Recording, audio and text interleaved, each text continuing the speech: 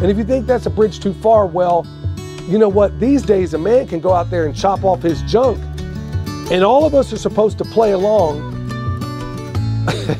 I can't even believe I'm saying this. Hey, what's up, y'all? Billy from Perma Pastures Farm. Just got back from mountain readiness. And like I said before, y'all, it's the best homestead, preparedness, all of the above festival you don't know about. Honestly, you know, every time I go to something like that, it only seems to happen whenever I'm in the company of a bunch of freedom-minded people, where I walk away from there and I always reflect about what I took away from it. Like a book, a lot of these festivals are less important for what you hear than for what it makes you think, if that makes sense. Just like a book does. You should be walking away reflecting, thinking, and all those things. So that's why I seem, I guess, more compelled to do these things after I go to a thing like that. And hopefully you guys can hear me. The wind's blowing pretty good, so I had to pick some different real estate. And hopefully you can hear me over all of it. It's supposed to rain, which we need. And leaves are turning. It's definitely starting to feel like fall. But anyway, what's on my mind right now is, you know, I keep hearing people, because I do notice patterns. It's one of my superpowers. I hear so many people talk about freedom like it's something you get, like it comes from a care package from Washington, or maybe some politician kind of hands it out like some kind of parade candy. You know, people often say we need the right election, we need the right government to give us our rights back, which in and of itself just seems absolutely absurd to me. When you stop to think about it, find me a time in history where that's ever happened without bloodshed, because I don't know of any. Or we just need to vote harder. See, nobody ever actually says that, but I think that's really what's implied, you know, especially when you lack the fidelity of an honest election. People often resort to that. Well, we'll just get them next time. Explain to me how that's supposed to happen when the time you just had was highly compromised. When I stop to think about it, and I guess I'm not going to apologize for I'm just telling you, I'm speaking extemporaneously, so if it comes off in a way that offends somebody, deal with it.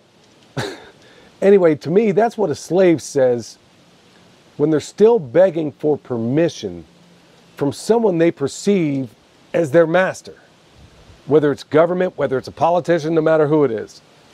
So let me say something out loud for the folks in the back row. To me, freedom isn't something you're given. I would dare say, I'm going to ask you to think outside the box here a little bit. I think it's something you grow. You grow it with your hands. You grow it with your choices, maybe even your discipline.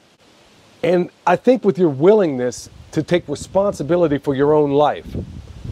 Now, myself and my son have often criticized a lot of permaculture designers out there because they seem to forget the prime directive of permaculture, which in a nutshell, and of course I'm going to paraphrase it here, that prime directive, which when you open up the permaculture design manual, you'll see it right there staring you right in the face. And it is, take full responsibility at this moment for yourself and your family. A soldier might say this another way. Be responsible for everything you do and your family does, and be responsible for everything they fail to do. See, everybody forgets that other part of the equation. So for me, freedom isn't a slogan. It's not a holiday. It's not fireworks. It's not a day off from work. Freedom is ownership. Ownership of your mind, your time, your food, your energy, and I would even say your future. You know, I suspect the reason people feel trapped isn't entirely because of the mysterious plots of the powers that shouldn't be, although it is something. I think it's because we willingly traded freedom for convenience. You don't want to cook? Order out. Don't want to think? Turn on Fox News or MSNBC or CNN. Take your pick. They're all saying the same thing. Remember what I said last video? An ostensible diversity that conceals an actual uniformity? Anyway, don't want to grow food? Go buy it.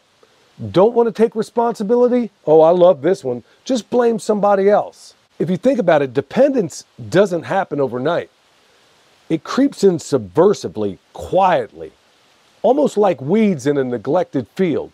You know, before long, we outsourced our food to corporations, our health to pharmaceutical companies, our values to schools, which honestly is laughable at me. Especially when I think about so many of these people claiming to be teachers out there, which I wouldn't trust with a potato gun.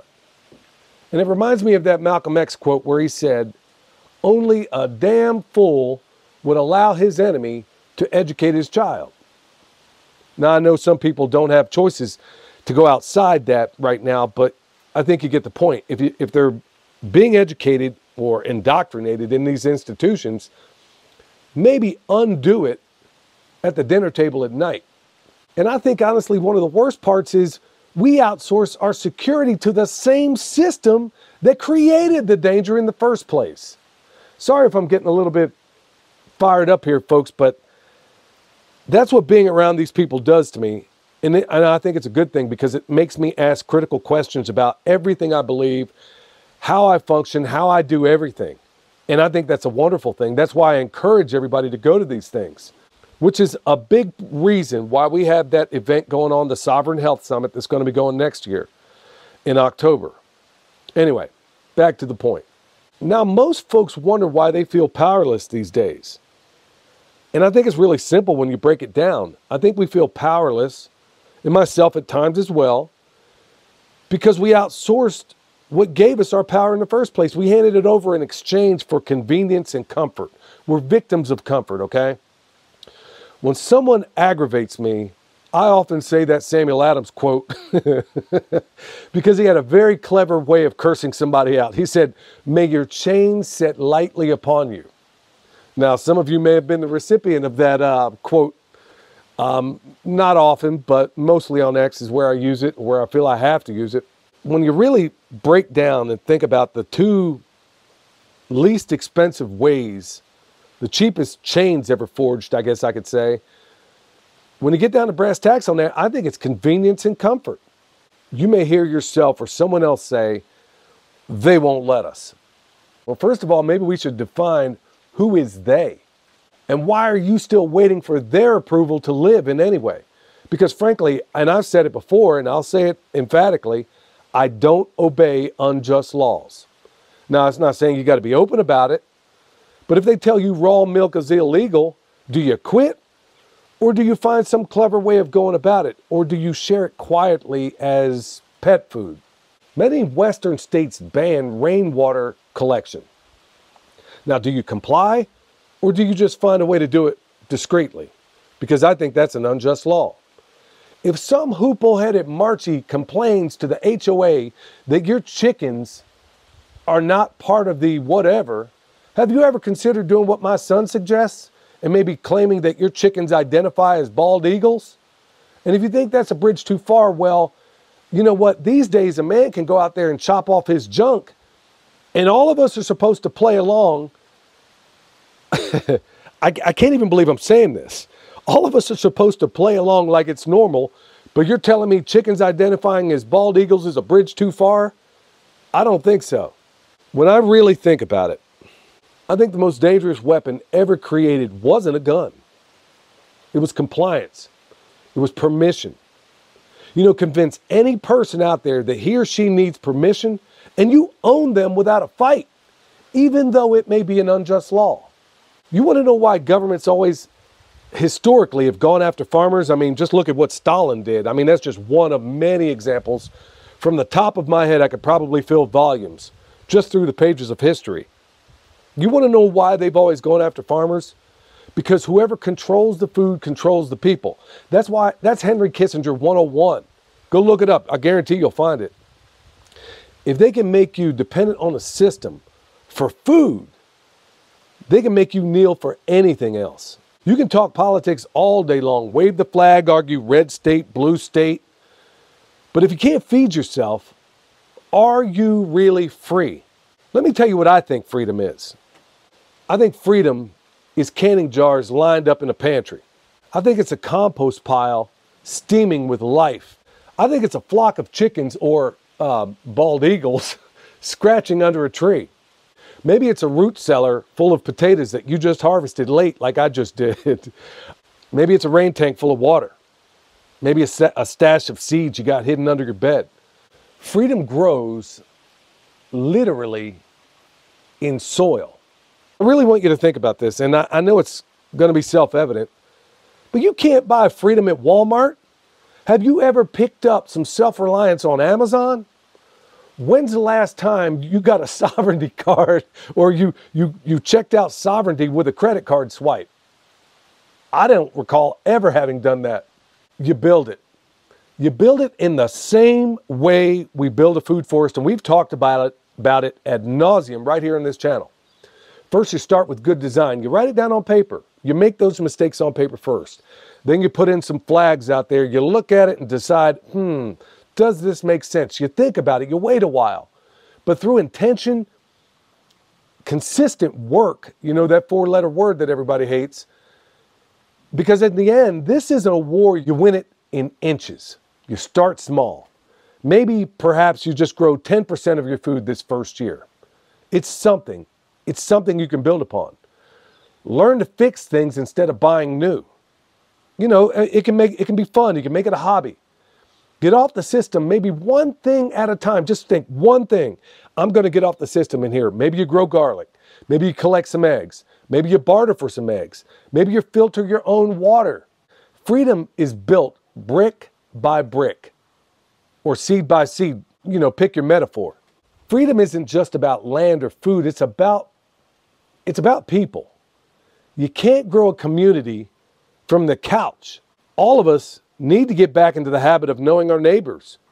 And then whether for good or ill, okay, maybe this is a neighbor you don't want anything to do with, but maybe you find it out. Because no man is off grid emotionally. Nobody, no man, no woman, no anybody. Nobody makes it alone. Lone wolves die alone, packs survive. That was another cool thing I pulled away this weekend. I don't know who the guy was that said it, but, you know, obviously I wish I could give you credit for it, but I give you a bow. You know, maybe start gathering people, trade skills, barter food, host workshops, teach kids. I can't even begin to tell you how important that is. Freedom truly is, as cliche as it may sound, freedom truly is a team sport. And the scoreboard isn't kept in dollars. It's kept in resilience. You know, Joel Salatin often quotes Allen Nation. I almost said Alan Savory, but it fits so well in this time. You can't Google experience. So many people would rather argue online than meet a person in real life and shake hands. Why? Comfort culture. It's so much easier to do it that way. In fact, I think I can make a pretty sound argument that comfort kills nations long before weapons ever do. Strong people build, weak people Netflix. Bottom line is, and folks, I don't know how to say this any other way, if you want freedom, you better get uncomfortable. Grow new skills. Learn new systems. Fail at things. That was one of the biggest hurdles in my life. And it was once again Joel who helped me get out of it. I remember being at one of his early speeches. And I've talked about it before, but I'll say it again because it might reach somebody out there that it might matter to. Because of all the weird ways I grew up, I thought that I just didn't have permission to fail at anything. But I remember Joel said, if it's worth doing, then it's worth doing poorly at first. And then come across people like Teddy Roosevelt, who suggested in his, I think it was Man in the Arena speech, one of my favorite of all times, even though I got a love-hate relationship with the man. But he said something that I live by these days. And part of his speech, he said, fail while daring greatly. Try again, but obviously learn from those mistakes, sweat, work, and fight. The world doesn't need more spectators. Just like Roosevelt talked about, it needs that person in the arena, or what he called the man in the arena, especially now. We need people that plant. We need shepherds. We need defenders. In fact, we should try to some extent or another to be all of those things to whatever extent we're able. But I think we should at least dabble in all of those and figure out maybe the areas where we fit strongest. Just like a garden, if you don't maintain it, weeds are going to take over. And I think the most pernicious weeds out there are the ones we grow in our mind, because freedom requires vigilance. And I would even break out that Thomas Jefferson quote right now, but I'm on shaky ground right now on YouTube.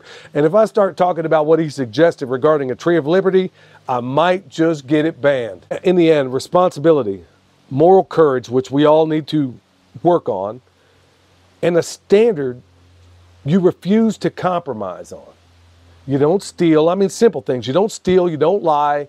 You take care of your family. You take care of your land. You live by principle. Not because it's easy, but because free people don't live any other way. Freedom isn't something that falls from the sky. I know I started off this way, and it doesn't come from a constitution, doesn't come from a courtroom.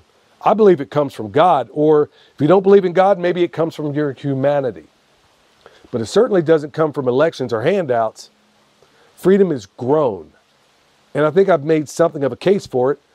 It's grown in the soil under your feet, grown in the sweat of your brow, grown in the skills you develop, grown in the choices that you make, that you teach your family to make when nobody's watching. You don't wait for freedom. You build it, you plant it, you protect it. All right, y'all. Hopefully that was a blessing to you. Hopefully it made sense. When I speak extemporaneously like this, there's no telling what directions it may go. But that's what I pulled from this weekend's festival. So get out there, meet some people, grow your mind, grow your gardens, grow your families, and grow that freedom. Until next time, stay alert, stay alive.